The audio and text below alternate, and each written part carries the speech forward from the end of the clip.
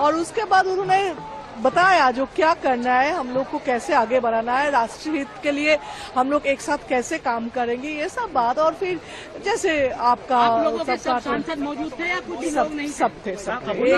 আবু তাহের খলিলুর রহমান পৌঁছেছে মিটিং। দিদি একটু বাংলায়, দিদি একটু বাংলায়।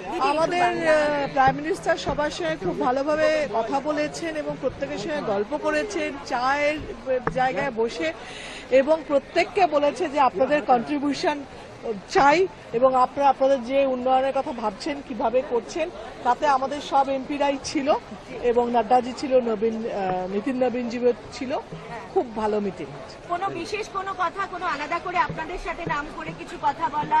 হ্যাঁ, নাম করে তো এমনি বলেছে সবাইকে। এমনিতে বাকি এটাও বলছিল যে 40 বছরের ওপর যাদের বয়স তারা কিন্তু যোগা করো আর চেক আপ করিও বছর একবার করে। কারণ হ্যাঁ, ভেজ অনেক কিছু।